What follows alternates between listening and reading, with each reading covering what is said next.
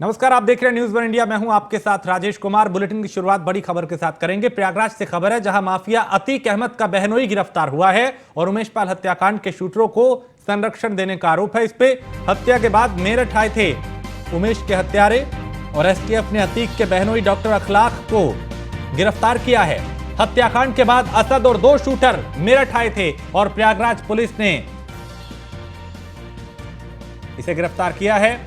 Abdullapur CHC पर सरकारी doctor है अखलाक और एसटीएफ नौचंदी पुलिस ने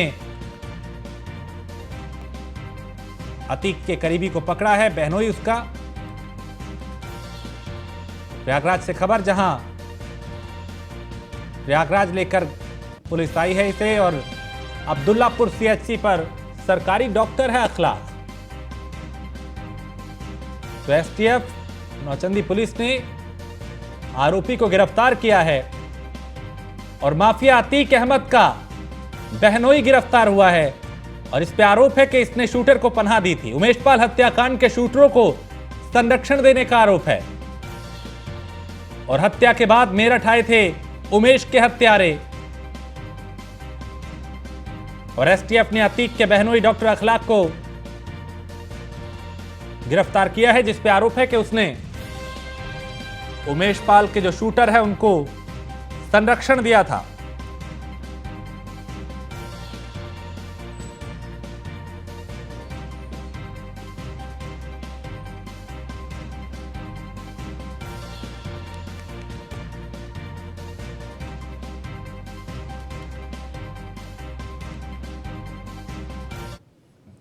और मथुरा से खबर है, जहां कृष्ण जन्मभूमि शाही ईदगाह विवाद का मामला है। कल से शुरू हो सकती है शाही ईदगाह मस्जिद के सर्वे की प्रक्रिया। कल कोर्ट के अमीन सर्वे के आदेश को रिसीव कर सकते हैं अमीन, और कोर्ट ने 8 दिसंबर को ही अमीन सर्वे के आदेश जारी कर दिए थे। मुस्लिम अधिवक्ता के हस्तक्षेप के बाद कोर्ट ने रिजर्व किया था आदेश।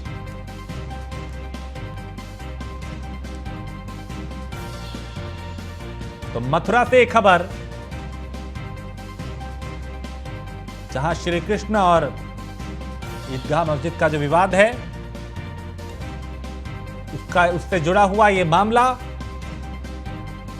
और कल से शुरू हो सकती है शाही ईदगाह मस्जिद के सर्वे की प्रक्रिया। और कल कोर्ट के अमीन सर्वे के आदेश को रिसीव कर सकते हैं।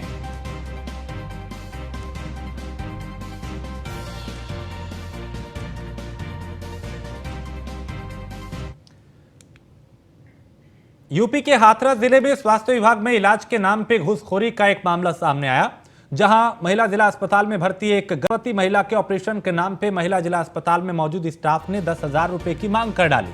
इतना ही नहीं, डॉक्टर ने यह कहकर भी महिला और उसके परिजनों को डरा दिया कि अगर पैसे नहीं दिए तो जान का खतरा हो सकता है। जब पीड़ित परिवार को पता चला कि जिला अस्पताल में मुफ्त इलाज होता है तो उन्होंने बवाल किया, हंगामा किया, विरोध प्रदर्शन किया। तो अस्पताल के स्टाफ ने इलाज के लिए 10,000 रुपए मांगे और अस्पताल स्टाफ ने महिला और उसके परिजनों को जान का खतरा बता के डराया।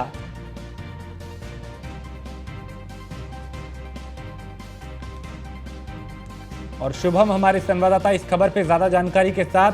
शुभम, एक परिवार का आरोप है कि सरकारी अस्पताल में उनसे 10,000 रुपए मांगे गए, क्या है पूरा मामला? का ये पूरा मामला है और बागला महिला जिला चिकित्सालय में ये पहला मामला नहीं है। आज से पहले भी कई मामले आते रहे हैं। एक डिलीवरी के दौरान एक महिला के परिजनों ने आरोप लगाया था कि यहाँ डिलीवरी होने से पहले 10,000 रुपए की मांग की गई थी और जब 10,000 रुपए दिए गए हैं उसके बाद ही डिलीवरी हुई है। ऐसे में इस बात की जानकारी उस परिवार के अन्य लोगों को लगी तो उन्होंने जानकारी की, तो उन्हें पता था कि जिला अस्पताल में निःशुल्क सरकार द्वारा कराया जाता है। इसको लेकर फिर सीएम से शिकायत की गई है और देखना होगा कि क्या कार्रवाई होती है। जी ठीक है, बहुत शुक्रिया जानकारी के लिए। तो यहाँ पे सरकारी अस्पताल में जो स्टाफ है उस पर ही आरोप लगा कि इलाज के नाम पे पैसे लिए गए। और खबर ग्रेटर नोएडा से है, जहां व्यापारी से 5 लाख रुपए की रंगदारी मांगने वाला गिरफ्तार हुआ है और गिरफ्तार बदमाश को ख्यात रणदीप भाटी गैंग का सक्रिय सदस्य है। व्यापारियों और बिजनेसमैन से रंगदारी वसूलने का ये काम करता था, रंगदारी मांगता था और बदमाश ने कंस्ट्रक्शन मटेरियल सप्लायर से 5 लाख रुपए की रंगदारी मांगी थी। रंगदारी नहीं देने पर जान से मारने की धमकी दी थी। पकड़े गए बदमाश पे 32 मुकदमे दर्ज हैं। तो इसने एक उद्योगपति से 5 लाख रुपए की रंगदारी मांगी और अब पुलिस ने इसे गिरफ्तार किया है। तो गिरफ्तार बदमाश रणदीप भाटी गैंग का सदस्य बताया जा रहा है और व्यापारियों और बिजनेसमैन से रंगदारी वसूलने का यह काम करता था, यानी वसूली करता था, रंगदारी मांगता था। अब इसे पुलिस ने शिकंजे में लिया है। निशांत नोएडा से हमारे ब्यूरो चीफ ज्यादा जानकारी इस पे देंगे। निशांत, पुलिस के हाथ बड़ी कामयाबी, एक रंगदारी मांगने वाले बदमाश को शिकंजे में लिया। देखिए, दादरी कोतवाली पुलिस द्वारा एक बड़ी कामयाबी देखी जा रही है। जिस तरीके से देखा जाए कि एक रणदीप गैंग का जो कुख्यात गैंग है, उसका एक बदमाश जो है, उसका जो सदस्य है, उसको पुलिस ने गिरफ्तार किया है। हालांकि ये पूर्व में भी 1 लाख रुपए का इनाम ही रह चुका है। इस पर रंगदारी समेत लूटपाट तमाम धाराओं में 32 मुकदमे दर्ज चल रहे हैं। तो कहीं ना कहीं इसने इंडस्ट्रियल एरिया और व्यापारियों से रंगदारी मांग रहा था और कहीं ना कहीं लगातार इंडस्ट्रियल एरिया में लगातार दबाव बनाता था, रंगदारी मांगता था। वहीं पुलिस के पास ये शिकायत मिली और शिकायत के बाद एक्शन लिया गया। अब से पहले लगातार ये पुलिस को चकमा देता रहा और चकमे के बाद में पहली बार पुलिस ने इसको गिरफ्तार किया है। नहीं तो घटना करने के बाद ये कोर्ट में पेश हो जाता था और जिसके बाद दादरी कोतवाली पुलिस ने जो इसको गिरफ्तार किया, इसके पास से हथियार समेत तमंचा, कारतूस वगैरह जो बरामद किए हैं। गाड़ी जो स्कॉर्पियो है मौके से बरामद की है, जिससे घटना अंजाम दिया करता था। और कहीं ना कहीं ये देखा जाए ग्रेटर नोएडा की जो दादरी पुलिस है, उसकी एक बड़ी कामयाबी देखी जा रही है। बहुत शुक्रिया निशांत जानकारी के लिए। तो पुलिस के लिए बड़ी कामयाबी, एक बदमाश को शिकंजे में लिया जिसने 5 लाख रुपए की रंगदारी मांगी थी। इस पे कई मुकदमे दर्ज हैं। खबर बिजनौर से है, जहां गांव की आबादी के नजदीक गुलदार का जोड़ा देखा गया और स्थानीय लोगों ने इसका वीडियो भी बनाया। गुलदार के जोड़े का यह वीडियो सोशल मीडिया पे वायरल हो रहा है। वीडियो वन विभाग के संज्ञान में आने के बाद से ही एक टीम गुलदार को पकड़ने के लिए लगातार कोशिशें कर रही है।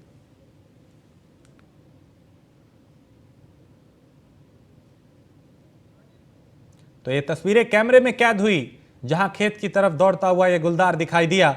वन विभाग को सूचना दी गई। मौके पर अब वन विभाग की जो टीम है वो गुलदार को पकड़ने के लिए जाल बिछा रही है।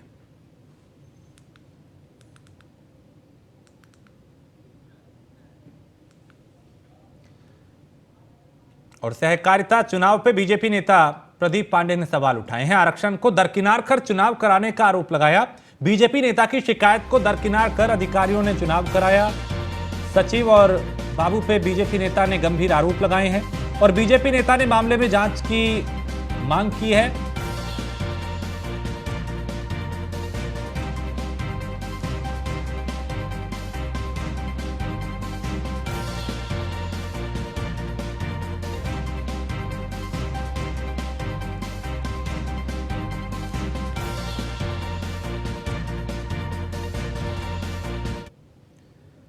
खबर मेरठ से है, जहां पुलिस को बड़ी कामयाबी हाथ लगी। दरअसल यहां पुलिस ने भारी मात्रा में स्मैक के साथ एक आरोपी को गिरफ्तार किया, जिसका नाम अरशद बताया जा रहा है। अरशद पिछले काफी समय से तस्करी कर रहा था और बरेली से पश्चिम जिलों में स्मैक सप्लाई किया करता था। पुलिस ने आरोपी को गिरफ्तार कर आगे की कार्रवाई शुरू कर दी है।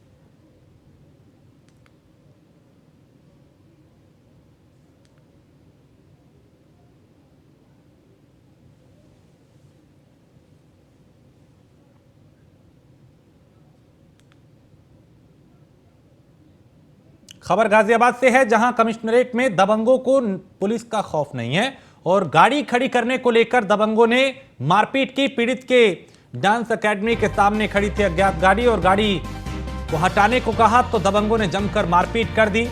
मारपीट करने का वीडियो भी वायरल हो रहा है। स्थानीय शालीमार गार्डन पुलिस पर सवाल भी उठ रहे हैं। वारदात के 24 घंटे बाद भी कोई कार्रवाई नहीं हुई, पीड़ित ने आरोप लगाया। तो ये तस्वीरें कैमरे में कैद हुई, जहां एक शख्स को पीटा जा रहा है दिन दहाड़े और गाड़ी हटाने को लेकर कहा और इतना कहना ही उसे भारी पड़ गया। डांस एकेडमी इस पीड़ित की जिसके आगे गाड़ी खड़ी थी, उसको हटाने के लिए कहा तो ये गुंडे मारपीट करने लगे और मारपीट की यह तस्वीर कैमरे में कैद हुई।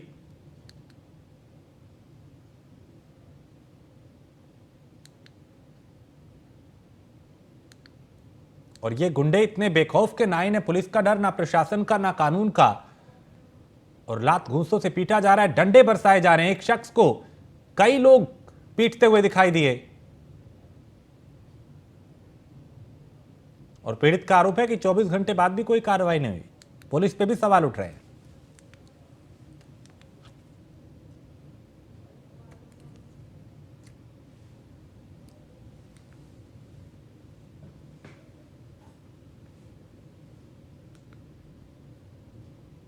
तो पीड़ित की एकेडमी के सामने गाड़ी खड़ी थी और जब युवक ने उसे हटाने के लिए कहा तो उसके साथ मारपीट की गई। यह वारदात बता रही है कि गुंडों को ना पुलिस का डर है, ना प्रशासन का, ना कानून का।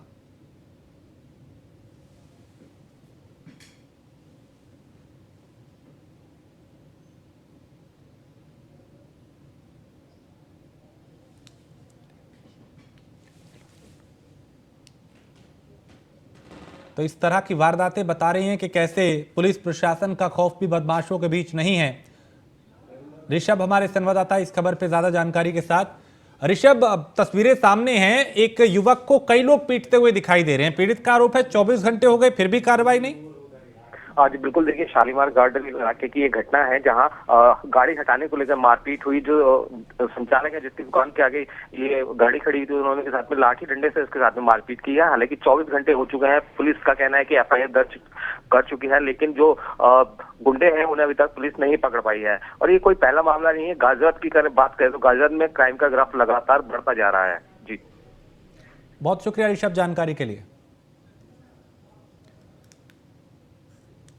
उधर गाजियाबाद से सटे ग्रेटर नोएडा में बदमाशों के हौसले बुलंद हैं। बदमाशों ने महिला से चेन झपटने की कोशिश की और चलती बाइक पे महिला की चेन पकड़ के खींची गई।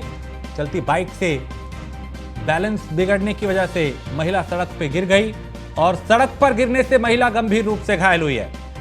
गंभीर घायल महिला को अस्पताल में भर्ती कराया गया है। बादलपुर थाना क्षेत्र के दादरी बाईपास का यह मामला है।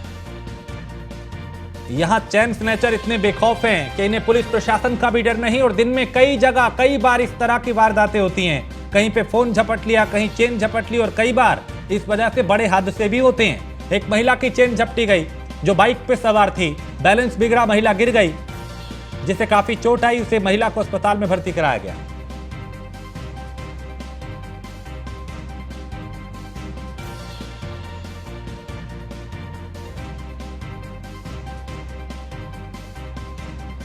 बदमाशों ने महिला से चेन लूटने की कोशिश की।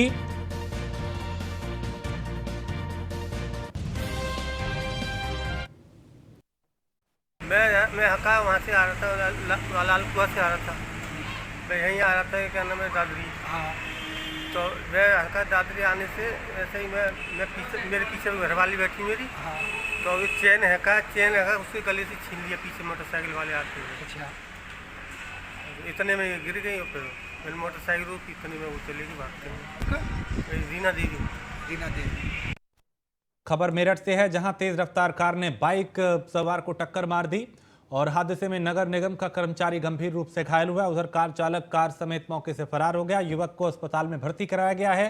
यह पूरी घटना सीसीटीवी में कैद हुई है और इस वारदात का फुटेज सोशल मीडिया पे भी वायरल हो रहा है। तस्वीरें देखिए, कैसे खौफनाक तस्वीर, जिसमें एक कार जो मुड़ती हुई दिखाई दे रही थी, तभी सामने से आ रही जो बाइक जो काफी रफ्तार में थी वो इस कार से टकराई और हादसे के बाद किए खौफनाक मंजर। कुछ लोग दौड़ते हुए नजर आए जिन्होंने कार चालक को रोका।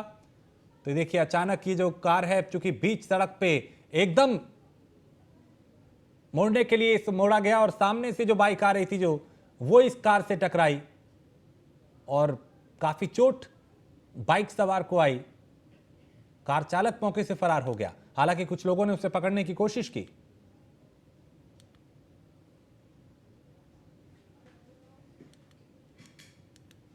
तो रफ्तार का कहर यहां देखा गया और कई बार इस तरह की लापरवाहियां लोगों के लिए हादसे की बड़ी वजह बनती हैं, लोगों की जान तक जाती है। क्योंकि कहीं पे तेज रफ्तार, कहीं नशे में वाहन चलाना, कहीं जल्दबाजी, कहीं नियमों की अनदेखी और कहीं पर लापरवाही। ये कुछ ऐसे कारण हैं जिसके चलते आए दिन हादसे होते हैं। ये मेरठ की तस्वीर है जहां सुनसान सड़क, वहां पे वाहन एक उस तरफ से आ रहा है, एक इस तरफ से, और कार चालक ने अचानक गाड़ी मोड़ दी। जिस वजह से सामने से आ रही जो बाइक थी वो कार से टकरा गई। हादसे में एक जो बाइक सवार है वो उसे गंभीर चोट आई है, जिसे अस्पताल में भर्ती कराया गया। खबर रायबरेली से है, जहां सैकड़ों की संख्या में सड़क पे मतदाताओं के पहचान पत्र मिले पड़े। ये अलग अलग स्थानों पे मतदाता पहचान पत्र मिले, लेकिन ऐसे में सवाल ये उठ रहा है कि आखिर एक साथ भारी संख्या में इतने मतदान पहचान पत्र कहां से आए। नगर निकाय चुनाव के ठीक पहले सड़क पे मतदाता पहचान पत्रों का इस तरह होना कई तरह के सवाल भी उठा रहा है।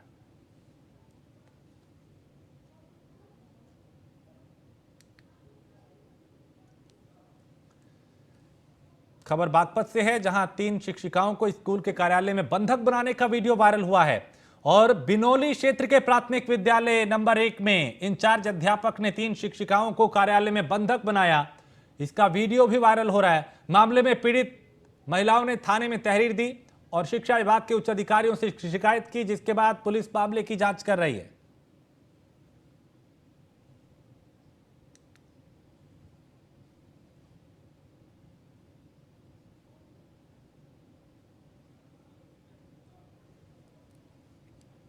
अगली खबर अमेठी से है, जहां गोमती नदी में नहाने गई 8 साल की बच्ची नदी में डूब गई। मवेशियों को चराने गई 8 वर्षीय मासूम बच्ची गोमती नदी में नहाते वक्त डूब गई, जिसके बाद ग्रामीणों ने पुलिस को सूचना दी और पुलिस ने गोताखोरों के सहारे बच्ची को तलाशना शुरू किया, तो काफी देर बाद बच्ची का शव बरामद हुआ।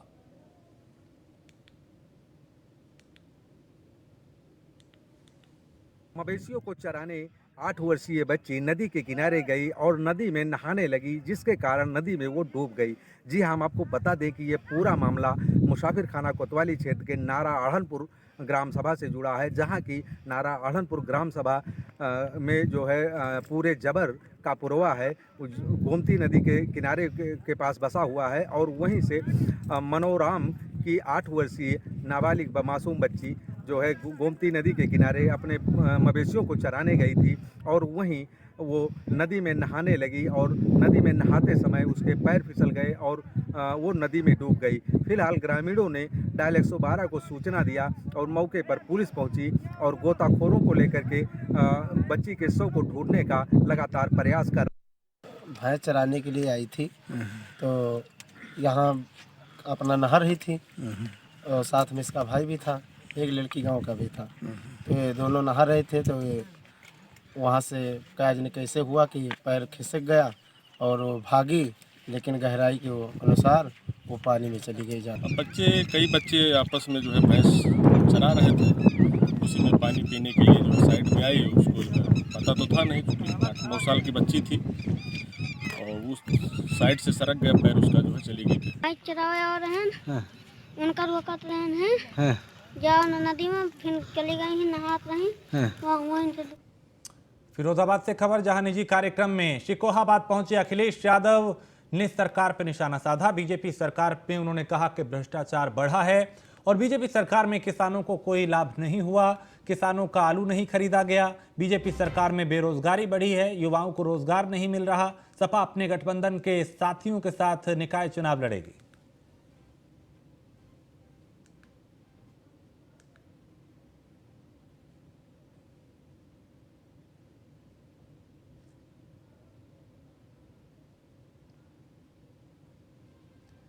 तो अखिलेश यादव ने सरकार को घेरा कई मुद्दों को आधार बना के। उन्होंने कहा कि बीजेपी सरकार में बेरोजगारी बढ़ी है, महंगाई बढ़ी है, भ्रष्टाचार बढ़ा है।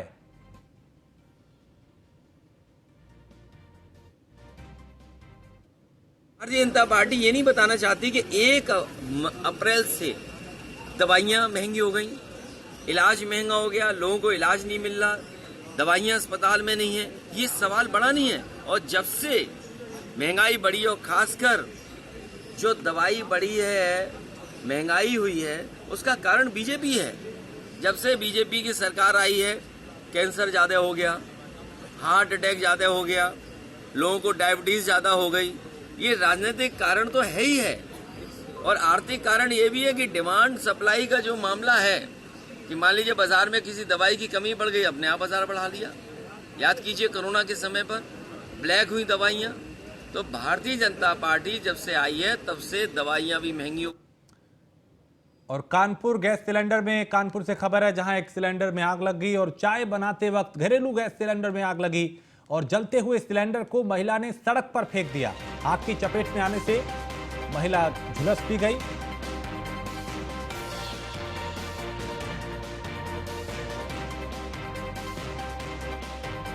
जलते हुए सिलेंडर को महिला ने सड़क पर फेंका और इसी दौरान महिला भी आग में झुलसी।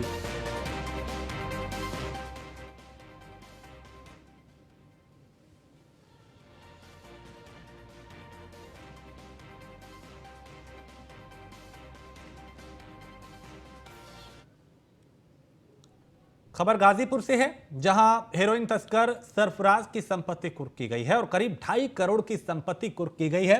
गैंगस्टर एक्ट के तहत यह कार्रवाई की गई है और सदर कोतवाली के एमएच स्कूल के पास यह कार्रवाई की गई जहां 2.5 करोड़ की संपत्ति को प्रशासन ने कुर्क किया है। तो पिछले कई दिनों से बदमाशों के खिलाफ लगातार कार्रवाई की जा रही है, गैंगस्टर के खिलाफ, तस्करों के खिलाफ, माफियाओं के खिलाफ। कहीं बुलडोजर चल रहा है और कहीं पर कुर्की की जा रही है। संदेश सीधा है, साफ है, गलत जो भी करेगा बख्शा नहीं किया जाएगा। जिन्होंने पहले गलत किया है उनके खिलाफ भी चुन चुन के कार्रवाई की जाएगी।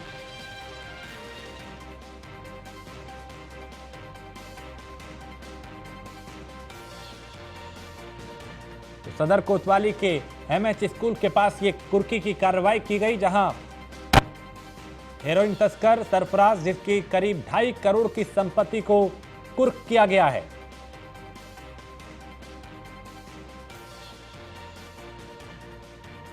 तो गैंगस्टर एक्ट के तहत कुर्की की यह कार्रवाई की गई है और इस तरह की कार्रवाइयां पिछले कई दिनों में कई जगह की गई। उसमें माफिया है, उसमें बदमाश है, उसमें तस्कर हैं, अपराधी हैं, गुंडे हैं और वो हैं जिन्होंने गलत तरीके से संपत्तियों को अर्जित किया, अवैध निर्माण किए, सरकारी जमीनों पे कब्जे किए। ऐसे तमाम लोगों को चुन चुन के उनके खिलाफ कार्रवाई की जा रही है।